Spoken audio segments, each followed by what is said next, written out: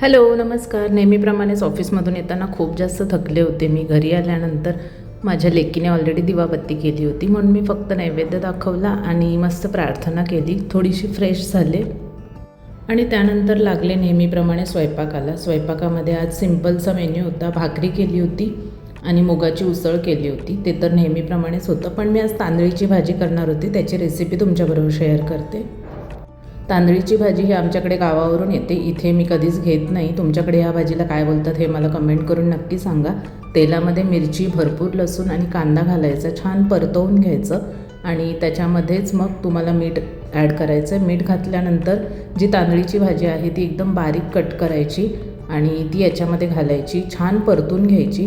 अशी सिम्पलची रेसिपी आहे आणि पूर्ण शिजत आल्यानंतर म्हणजे एंडला ह्याच्यामध्ये आपल्याला शेंगदाण्याचं कूट ॲड करायचं आहे. इतकी सोपी भाजी आहे पण खूपच टेस्टी असते आणि हो, ही भाजी स्किनसाठी पण चांगली असते. तुम्ही मुंबईत कधी खाल्ली असेल तर मला कमेंट करायला विसरू नका.